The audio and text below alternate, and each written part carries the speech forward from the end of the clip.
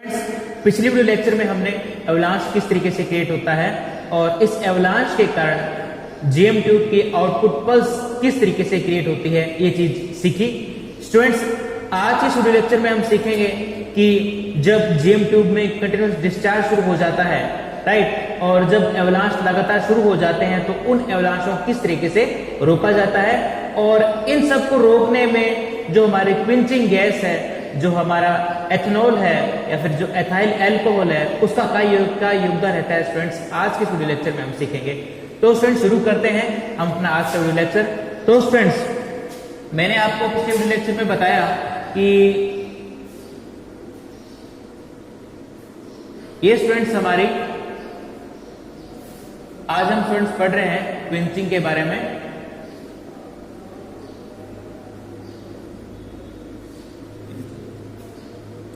अब स्टूडेंट्स, ये हमारी जेएम ट्यूब है और ये जेएम ट्यूब का कैथोड है स्टूडेंट्स, और ये भी जेएम ट्यूब का कैथोड है।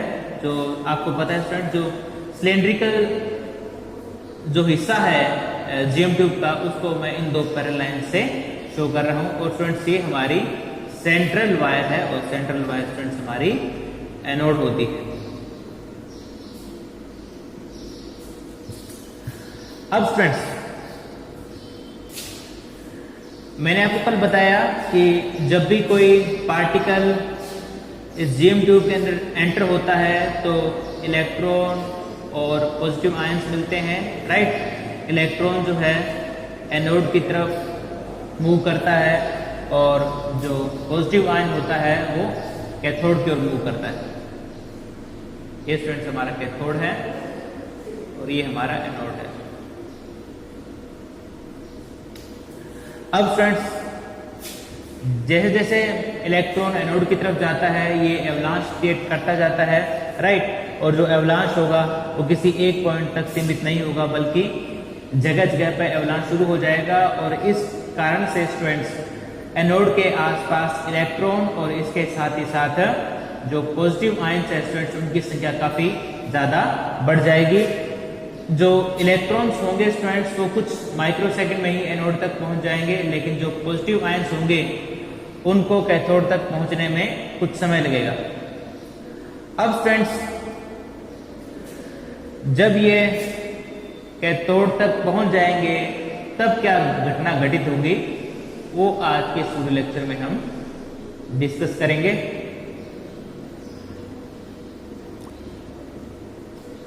अब स्टूडेंट्स, जो पॉजिटिव आयन है जब ये कैथोड तक पहुंचेंगे, राइट, और स्टूडेंट जब तक ये कैथोड तक पहुंचेंगे तब तक ये इलेक्ट्रिक फील्ड के कारण स्टूडेंट्स कुछ एनर्जी को ग्रहण कर लेंगे और पॉजिटिव आयंस हैं ये कैथोड की तरफ मूव करेंगे। और जब तक ये कैथोड पर पहुंचेंगे या कैथोड तक पहुंचेंगे तब तक ये सफिशिएंट एनर्जी को एक्वायर कर लेंगे, राइट स्टूडेंट्स।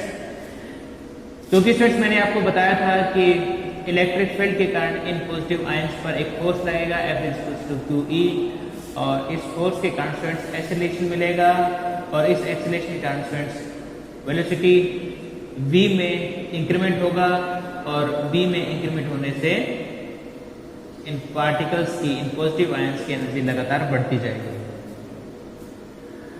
अब स्टूडेंट्स, ये हमारा एनोड है और ये हमारा पॉजिटिव आयन है। अब स्टूडेंट्स, जब ये पॉजिटिव आयन एनोड से टकराएगा, राइट, तो टकराने के पश्चात ये अपनी ऊर्जा का कुछ हिस्सा इस मेटल के वॉल को प्रदान करेगा, राइट स्टूडेंट्स। ये जेएम ट्यूब का जो बाहरी हिस्सा होता है वो मेटल का बना होता है, बेसिकली एक सिलेंडरिकल ट्यूब होती है। तो स्टूडेंट जैसे ही ये पॉजिटिव आयन इस वॉल से टकराएगा, राइट, या फिर इस कैथोड से टकराएगा, तो कैथोड से टकराने के पश्चात इनके कोलिजन से कुछ एनर्जी रिलीज होगी, राइट। आपको पता है ना स्टूडेंट्स कि जब कोई दो चीजें आपस में कोलाइड करती हैं तो कुछ एनर्जी रिलीज होती है। अब स्टूडेंट्स, यदि ये एनर्जी इतनी ज्यादा है, कितनी ज्यादा है, यदि ये एनर्जी इतनी ज्यादा है कि इस एनर्जी ने मेटल के इलेक्ट्रॉन को इतना ज्यादा एनर्जी प्रोवाइड करवा दिया कि इसका इलेक्ट्रॉन जो है वो पोटेंशियल बैरियर को पार करके मेटल की सतह पर आ जाता है, राइट स्टूडेंट्स। और उसके बाद में स्टूडेंट्स जैसे ही मेटल की सतह पर आएगा, बाहर का जो पॉजिटिव आयन है स्टूडेंट्स, इस इलेक्ट्रॉन को अब्जॉर्ब कर लेगा, राइट स्टूडेंट्स। अब स्टूडेंट्स जब ये पॉजिटिव आयन इलेक्ट्रॉन को अब्जॉर्ब करेगा तो इस दौरान फोटोन इमिट होता है, राइट स्टूडेंट्स। अब स्टूडेंट्स ये जो प्रक्रिया है ये जस्ट आयोनाइजेशन प्रोसेस का उल्टा है, राइट स्टूडेंट्स। आयोनाइजेशन में अपने किसी मॉलिक्यूल को या किसी एटम को एनर्जी देते हैं, राइट, और उस एनर्जी को ग्रहण करके जो उसका इलेक्ट्रॉन होता है, राइट, जो उसके बाहरी ऑर्बिट का जो इलेक्ट्रॉन होता है वो उस एनर्जी को ग्रहण करके एटम से या फिर मॉलिक्यूल से बाहर निकल जाता है, राइट स्टूडेंट्स। ये जैसे इसका उल्टा है स्टूडेंट्स, उसमें तो हमको एनर्जी देनी पड़ती है जबकि इसमें एनर्जी रिलीज होती है, राइट स्टूडेंट्स। और जो एनर्जी रिलीज होती है स्टूडेंट्स वो in the form of light होती है, राइट, यानी कि in the form of photons होती है। अब स्टूडेंट्स ये जो फोटोन प्रोड्यूस हुआ है स्टूडेंट्स, ये बेसिकली यूवी रीजन में होता है और इस यूवी रीजन के फोटोन की एनर्जी काफी ज्यादा होती है, राइट स्टूडेंट्स। कभी कभी स्टूडेंट्स ये जो फोटोन होता है वो विजिबल रीजन में भी होता है, राइट स्टूडेंट्स। अभी के लिए हम मान लेंगे स्टूडेंट्स की जो फोटोन है वो यूवी रीजन में है। अब स्टूडेंट्स क्या होगा, अब स्टूडेंट्स ये जो फोटोन इमिट हुआ है ये इस कैथोड से टकराएगा, राइट, और कैथोड से टकराने के पश्चात फोटो इलेक्ट्रिक इफेक्ट के कारण, राइट, क्या फोटो इलेक्ट्रिक इफेक्ट के कारण इसका कैथोड का एक इलेक्ट्रॉन बाहर निकाल देगा, राइट स्टूडेंट्स। अब स्टूडेंट्स ये जो एक इलेक्ट्रॉन बाहर निकला है स्टूडेंट्स, ये अब एनोड की तरफ मूव करना शुरू कर देगा, राइट स्टूडेंट्स। अब स्टूडेंट जैसे एनोड की तरफ मूव करेगा, इन दोनों इलेक्ट्रोड्स के बीच के इलेक्ट्रिक फील्ड के कारण स्टूडेंट्स इसकी वेलोसिटी में लगातार इंक्रीज होता जाएगा, राइट, और इसकी वेलोसिटी में इंक्रीज होने के कारण जब ये सफिशिएंट एनर्जी को एक्वायर कर लेगा तो ऑर्गन के मॉलिक्यूल से टकरा कर एवलांच क्रिएट कर देगा, राइट स्टूडेंट्स। अब स्टूडेंट्स होगा क्या कि इस एवलांच के कारण एक बार फिर से जीएम ट्यूब में इलेक्ट्रॉन्स और पॉजिटिव आयंस की संख्या में बेतहाशा वृद्धि हो जाएगी और उसके बाद में स्टूडेंट्स फिर से वो क्रिया शुरू हो जाएगी कि जो पॉजिटिव आयंस जो इस एवलांच के कारण क्रिएट होंगे वो कैथोड की ओर मूव करना शुरू कर देंगे और कैथोड की ओर मूव करने के कारण स्टूडेंट्स एक बार फिर से आपको पल्स प्राप्त होगी, राइट। अब स्टूडेंट्स पिछले वीडियो लेक्चर में हमने ये देखा था, ये पल्स थी इसकी। अब स्टूडेंट्स मैंने आपको पिछले वीडियो लेक्चर में बताया था कि यहां से लेकर और यहां तक, राइट, जो रेजोल्यूशन टाइम होता है, इस टाइम तक स्टूडेंट्स क्या होगा कि जो पॉजिटिव आयंस थे, राइट, ये जो पॉजिटिव आयंस थे वो कैथोड तक पहुंच चुके हैं, राइट। अब स्टूडेंट्स जैसे ही कैथोड तक पहुंचेंगे तो अभी जिस प्रक्रिया का अभी हमने वर्णन किया है, जिसको हमने सीखा है कि यहाँ पर एक बार फिर से फोटोन इमिट हो जाएगा, फिर से फोटो इलेक्ट्रॉन उत्पन्न हो जाएगा और फोटो इलेक्ट्रॉन के कारण स्टूडेंट्स एक बार फिर से एवलांच क्रिएट होने के कारण स्टूडेंट्स पॉजिटिव आयंस की संख्या और इलेक्ट्रॉन की संख्या बेतहाशा बढ़ जाएगी और इन पॉजिटिव आयंस के कारण स्टूडेंट्स सभी पॉजिटिव आयंस कैथोड की तरफ ड्रिफ्ट करेंगे तो जो वोल्टेज होगी स्टूडेंट्स एक बार फिर से कम हो जाएगी और उसके बाद में स्टूडेंट जैसे ये इससे दूर जाते जाएंगे वैसे वैसे वोल्टेज बढ़ती जाएगी, राइट स्टूडेंट्स। अब स्टूडेंट्स जैसे ये जैसे स्टूडेंट्स ये पॉजिटिव आयंस कैथोड तक पहुंचेंगे तो पहुंचने के बाद में एक बार फिर से इस प्रक्रिया के द्वारा फोटोन इमिट कर देंगे, राइट। और उसके बाद में जो फोटोन होगा स्टूडेंट्स वो वापस से इस वॉल के द्वारा ऑब्जॉर्ब कर लिया जाएगा और फिर एक फोटो इलेक्ट्रॉन पैदा हो जाएगा और फिर जो फोटो इलेक्ट्रॉन है फिर एवलांच क्रिएट करता हुआ एनोड की तरफ मूव करेगा। तो स्टूडेंट्स एक बार फिर से पल्स क्रिएट हो जाएगी, राइट। तो स्टूडेंट्स इस प्रकार से ये प्रक्रिया लगातार चलती रहेगी और इस प्रक्रिया को हम बोलते हैं स्टूडेंट्स कंटिन्यूअस डिस्चार्ज। अब स्टूडेंट्स यदि आप सोर्स को जीएम ट्यूब के सामने से हटा भी लोगे उसके बावजूद भी जीएम ट्यूब में पीक बनती रहेगी, राइट। यानी उसके बावजूद भी जीएम ट्यूब में पल्स बनती रहेगी, राइट। और इन पल्स के कारण जो काउंटर होगा वो लगातार काउंटिंग शो करता रहेगा, राइट स्टूडेंट्स। तो इस प्रक्रिया को स्टूडेंट्स हम बोलेंगे कि जो जीएम ट्यूब है उसमें कंटिन्यूअस डिस्चार्ज शुरू हो गया।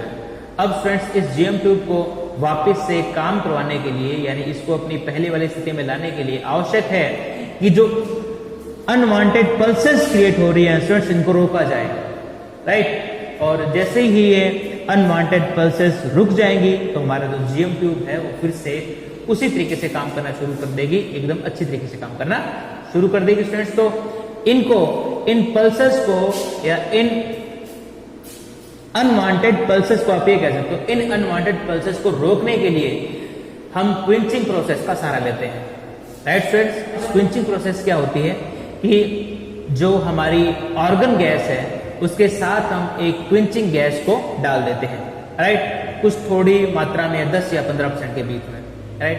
अब स्टूडेंट्स हम क्या करते हैं, इस क्विंचिंग गैस के रूप में हम हैलोजन का भी इस्तेमाल करते हैं और साथ ही साथ एथेनॉल या फिर इथाइल अल्कोहल का भी इस्तेमाल कर सकते हैं। अब स्टूडेंट्स होगा क्या, ये क्विंचिंग गैस क्या करेगी और क्विंचिंग गैस किस तरीके से ये जो पल्सेस है उनको रोकेगी वो अभी हम समझते हैं स्टूडेंट्स। ये हमारी जीएम ट्यूब है,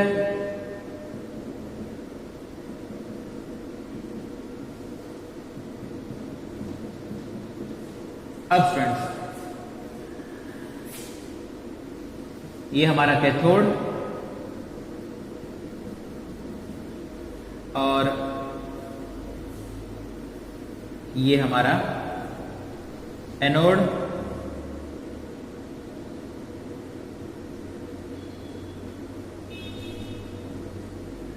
और ये स्टूडेंट्स हमारे पॉजिटिव आयंस जो कि कैथोड की तरफ ड्रिफ्ट कर रहे हैं, राइट।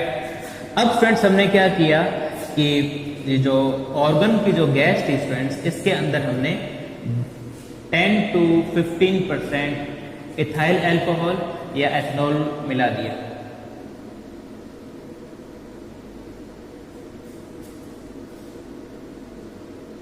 इथाइल अल्कोहल या फिर एथेनॉल मिला दिया। अब स्टूडेंट्स क्या होगा कि जब ये पॉजिटिव आयंस कैथोड की तरफ ड्रिफ्ट कर रहे होते हैं तो उस केस में इनके मार्ग में, इनके रास्ते में कुछ एथेनॉल के मॉलिक्यूल्स प्रेजेंट रहते हैं, राइट। अब स्टूडेंट्स जैसे ही ये एथेनॉल के स्टूडेंट्स अब ये जो एथेनॉल का मॉलिक्यूल होता है स्टूडेंट्स इसकी आयनाइजेशन एनर्जी लगभग 10 इलेक्ट्रॉन वोल्ट होती है, राइट। और स्टूडेंट्स आपको पता है कि ये जो हमारा ऑर्गन का मॉलिक्यूल होता है, ऑर्गन का जो एटम होता है स्टूडेंट्स उसकी आयनाइजेशन एनर्जी 15 इलेक्ट्रॉन वोल्ट होती है, लगभग 15.6 इलेक्ट्रॉन वोल्ट होती है।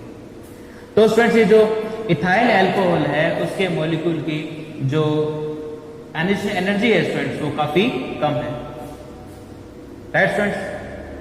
अब स्टूडेंट्स जैसे ही ये पॉजिटिव आयन इस इथाइल अल्कोहल के मॉलिक्यूल से टक्कर करेगा, राइट। तो स्टूडेंट्स इनके कोलिजन से, इनके टक्कर से एनर्जी रिलीज होगी, राइट। और स्टूडेंट्स ये एनर्जी इतनी ज्यादा होगी कि इस एथेनॉल के मॉलिक्यूल के एक इलेक्ट्रॉन को बाहर निकाल देगी, राइट स्टूडेंट्स। क्या होगा कि जब ये पॉजिटिव आयन ये इस एथेनॉल के मॉलिक्यूल से टक्कर करेंगे तो टक्कर करने के कारण स्टूडेंट्स एनर्जी क्रिएट होगी, एनर्जी डेवलप होगी और स्टूडेंट्स जो एनर्जी होगी वो इतनी ज़्यादा होगी कि इस एथेनॉल के मॉलिक्यूल का एक इलेक्ट्रॉन बाहर निकाल देगी। अब स्टूडेंट जैसे ही ये एथेनॉल का इलेक्ट्रॉन बाहर निकलेगा, ये इस पॉजिटिव आयंस के द्वारा अब्जॉर्ब कर लिया जाएगा और स्टूडेंट्स पॉजिटिव आयन के द्वारा अब्जॉर्ब होने के कारण राइट, ये जो हमारा पॉजिटिव आयन था अब न्यूट्रल हो जाएगा, राइट, यानी ऑर्गन का मॉलिक्यूल बन जाएगा, राइट स्टूडेंट्स। पहले ही कहा स्टूडेंट्स ऑर्गन पॉजिटिव था, राइट, एक पॉजिटिव आयन था और जैसे इसने इलेक्ट्रॉन को ग्रहण किया ये न्यूट्रलाइज होकर ऑर्गन के मॉलिक्यूल में या फिर ऑर्गन के एटम में कन्वर्ट हो जाएगा। अब स्टूडेंट्स चूंकि इस एथेनॉल के मॉलिक्यूल से इलेक्ट्रॉन बाहर निकला है, इससे जो एथेनॉल का मॉलिक्यूल होगा स्टूडेंट्स वो अब पॉजिटिव हो जाएगा, राइट स्टूडेंट्स। तो स्टूडेंट्स होगा क्या कि जब ये पॉजिटिव आयन इन एथेनॉल के मॉलिक्यूल से टक्कर करेंगे तो टक्कर करने के पश्चात ये खुद तो स्टूडेंट्स न्यूट्रलाइज हो जाएंगे, लेकिन जो एथेनॉल का मॉलिक्यूल है स्टूडेंट्स उसको ये पॉजिटिव आयंस में कन्वर्ट कर देंगे।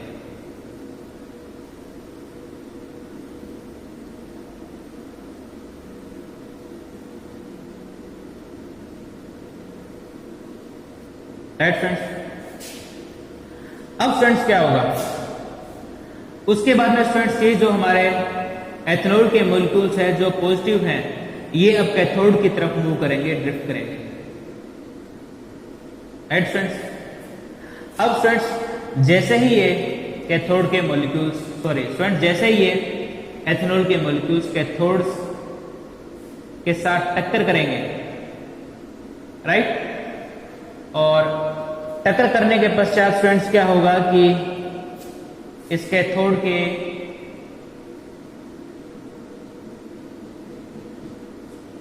एक इलेक्ट्रॉन को बाहर निकाल देगा, राइट स्टूडेंट्स। ये तो आपको पता है कि ये मेटल का बना होता है और जैसे ये जो कैथोड है स्टूडेंट्स ये मेटल का बना हुआ है और जैसे ये एथेनॉल का मॉलिक्यूल इससे टक्कर करेगा तो इतनी ज़्यादा एनर्जी क्रिएट होगी कि इस एनर्जी को ग्रहण करके जो हमारा इलेक्ट्रॉन है वो इस मेटल की वॉल से बाहर आ जाएगा, पोटेंशियल बैरियर को पार कर लेगा।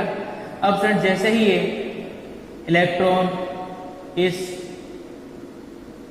एथेनॉल के मॉलिक्यूल द्वारा ग्रहण किया जाएगा, राइट, तो ग्रहण करने के पश्चात स्टूडेंट्स क्या होगा कि अभी आपने स्टूडेंट्स यहाँ पर देखा कि एक पॉजिटिव आयन जो है जैसे इलेक्ट्रॉन को ग्रहण करता है तो वो फोटोन को इमिट करता है, लेकिन स्टूडेंट्स ये फोटोन को इमिट नहीं करेगा बल्कि ये इलेक्ट्रॉन को ग्रहण करने के पश्चात डिसएसोसिएट हो जाएगा स्टूडेंट्स,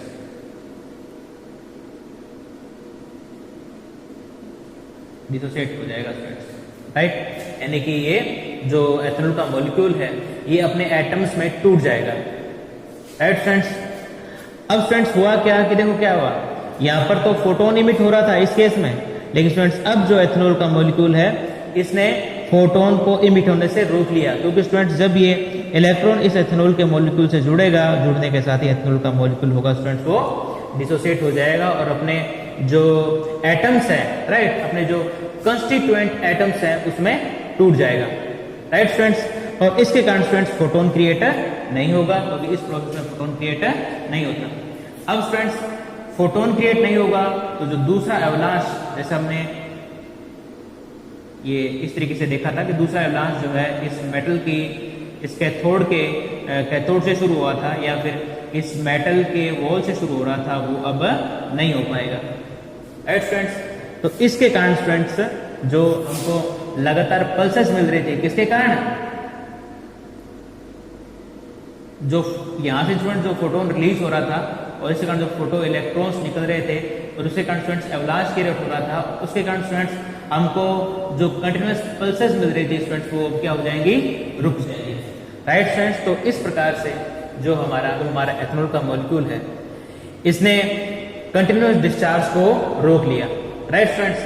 अब स्टूडेंट्स क्या होता है कि ये जो प्रक्रिया है ये प्रोपोर्शनल काउंटर में भी हो सकती है और आयोनाइजेशन चैम्बर में भी हो सकती है, राइट स्टूडेंट्स। लेकिन स्टूडेंट्स प्रोपोर्शनल काउंटर में, राइट, प्रोपोर्शनल काउंटर में क्योंकि एक तो स्टूडेंट्स क्या है कि पॉजिटिव आयंस की संख्या काफी कम होती है क्योंकि उसमें एवलांच क्रिएट नहीं होता, और एवलांच क्रिएट होता भी है स्टूडेंट्स तो वो भी थोड़ी मात्रा में होता है, राइट। एक पॉइंट तक सीमित रहता है एवलांच, तो उसमें क्रिएट होता है स्टूडेंट्स, लेकिन वो थोड़े ही पॉइंट्स पे सीमित रहता है, पूरे एनोड पर एक समान रूप से नहीं फैलता।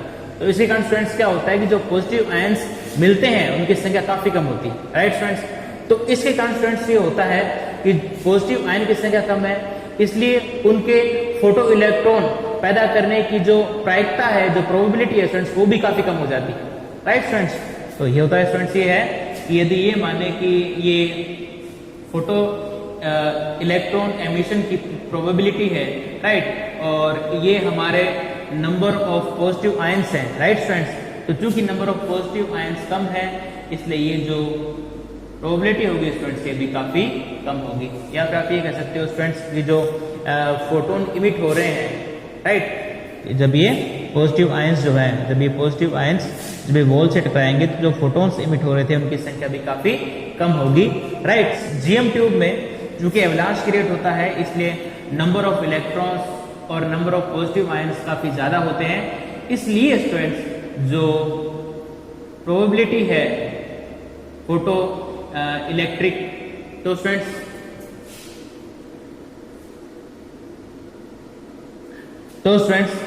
जीएम ट्यूब में स्टूडेंट्स पॉजिटिव आयन की संख्या काफी ज्यादा होती है, इसलिए स्टूडेंट्स जो फोटोन प्राप्त होंगे उनकी संख्या भी काफी ज्यादा होगी, और इसके कारण स्टूडेंट्स फोटोन की संख्या ज्यादा होने के कारण अब स्टूडेंट्स ज्यादा प्रोबेबल कंडीशन ये है कि कोई ना कोई फोटो इलेक्ट्रॉन इमिट हो जाए।